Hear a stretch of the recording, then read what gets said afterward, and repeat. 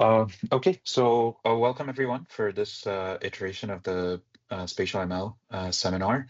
Today it's my pleasure to introduce Gurshaant Malik. Gurshaant is now working as a machine learning engineer at Meta, and he is focused on generative AI and ranking techniques for search-related applications.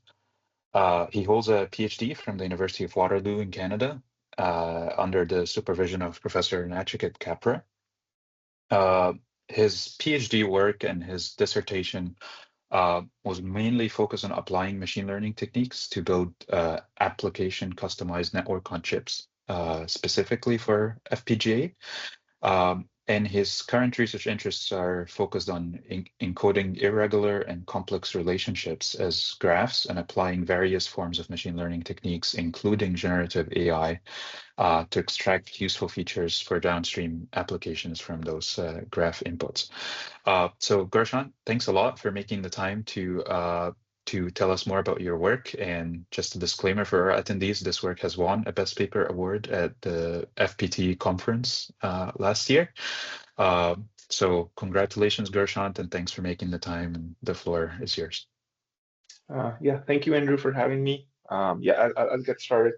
So I'll be presenting GraphNoC, a suite of graph neural network-based models to accelerate FPGA NoC performance benchmarking.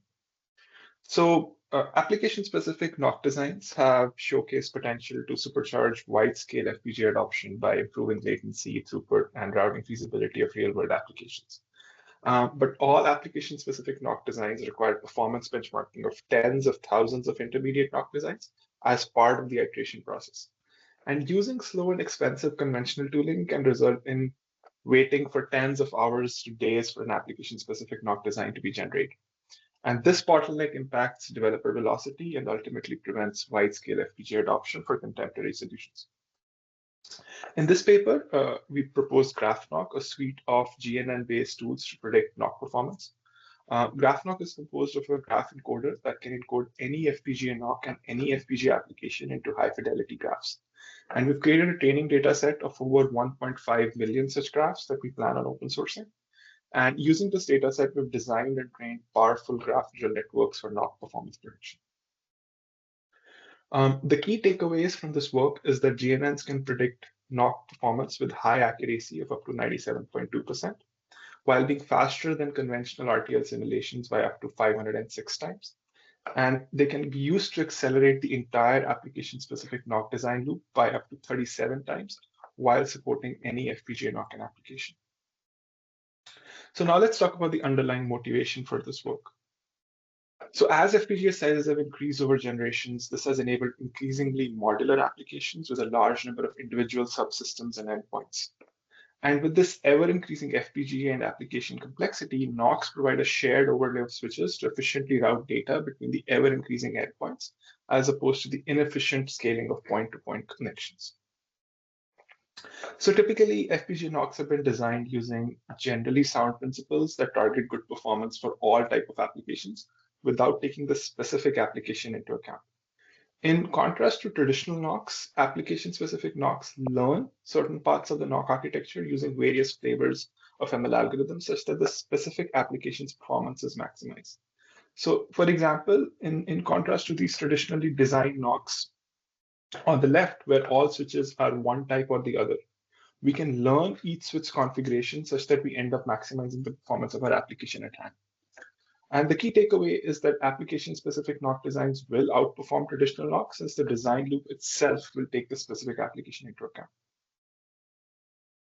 Application-specific NoC designs have previously improved routing latencies of butterfly factories by 1.7x when we are learning upstream routing paths.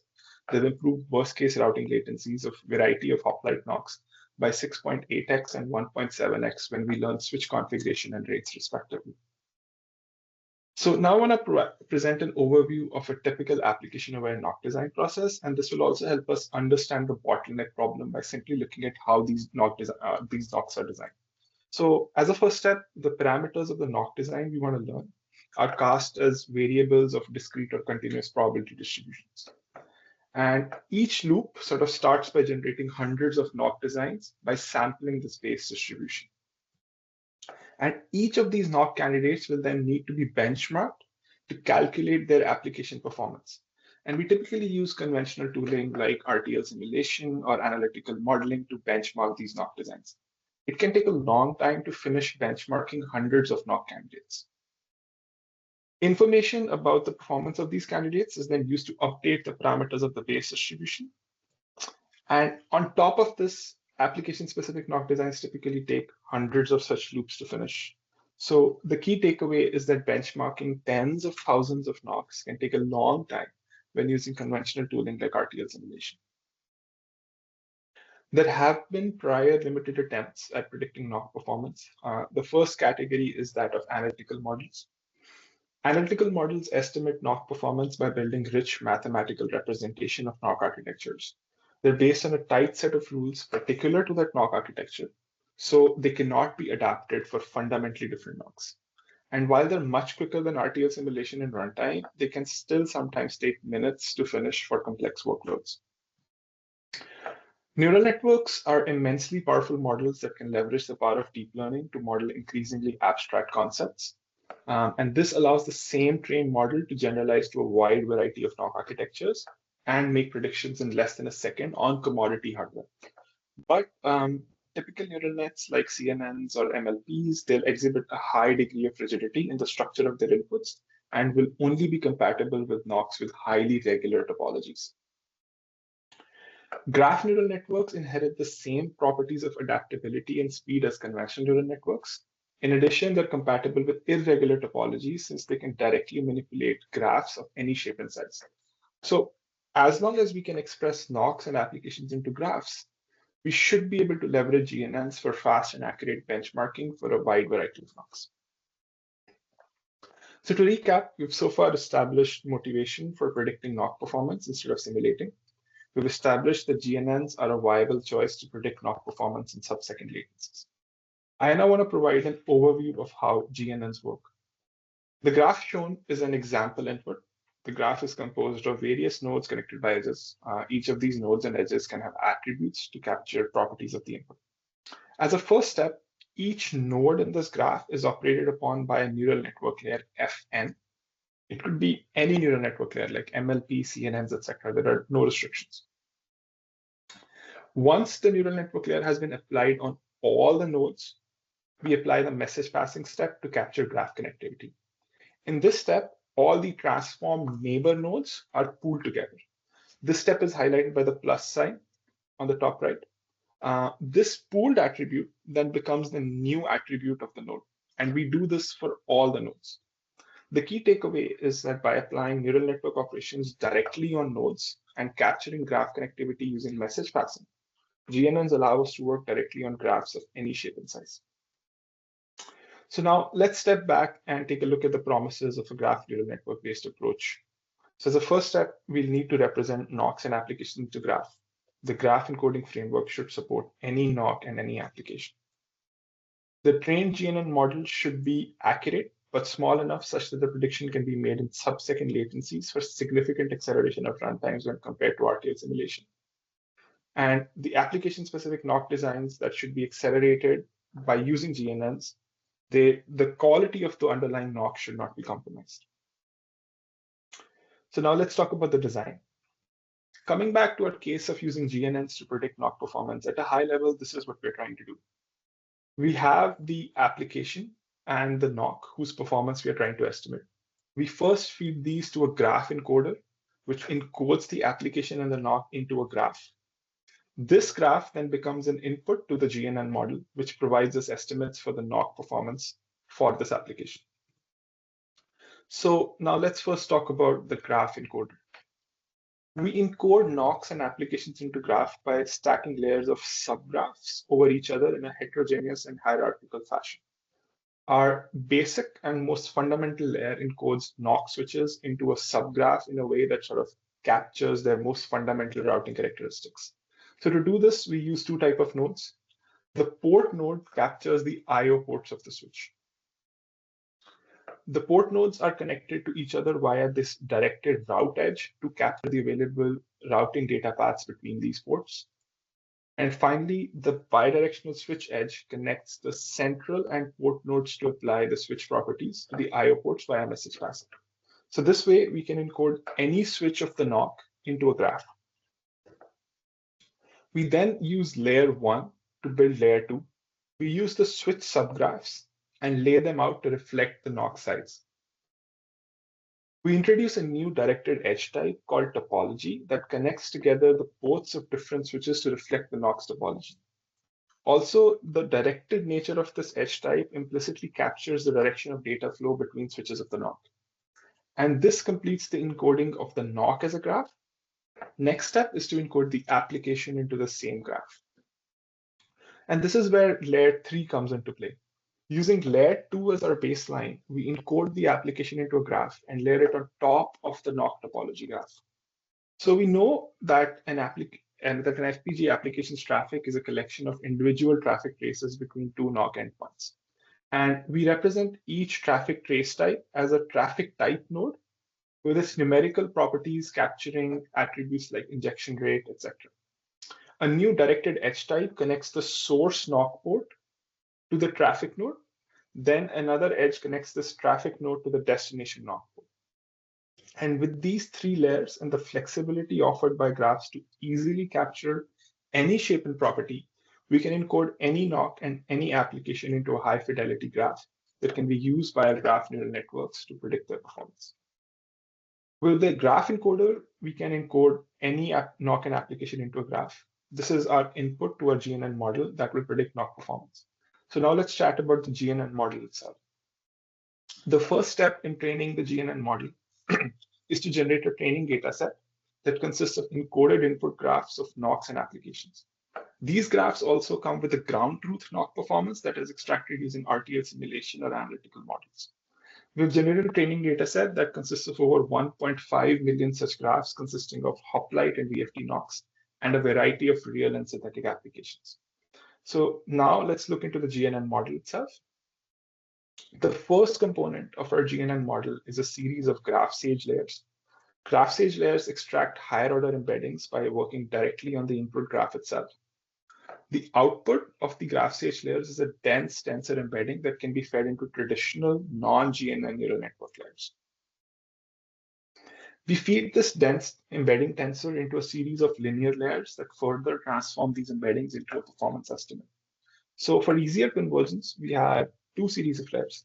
One that predicts the bucket class of the prediction called the classifier, and another series of layers that provides a scalar value. These two can then be summed up to give us the final NoC performance estimate. In this paper, we've built three different GNN models of different sizes. The first model that we've built is a small GNN model consisting of approximately 1 million parameters. It's composed of 20 GraphSage layers, but the layers themselves are very skinny, with each embedding size being only of 64.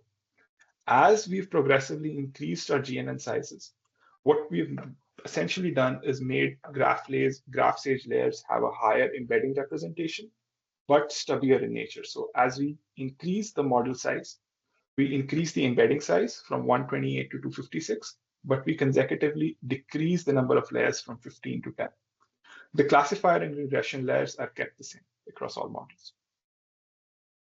Now let's talk about a few of our experiment results.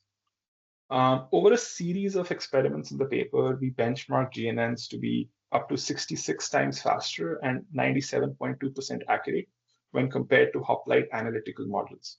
We now want to investigate if we can leverage the speed up to remove the bottleneck of slow benchmarking of NoCs by swapping conventional benchmarking tools in favor of GNNs. So specifically, we turn the page back to our switch to our overall NoC design loop, where we used hoplite's analytical models to benchmark NoC candidates, and then we sort of learned the switch configurations.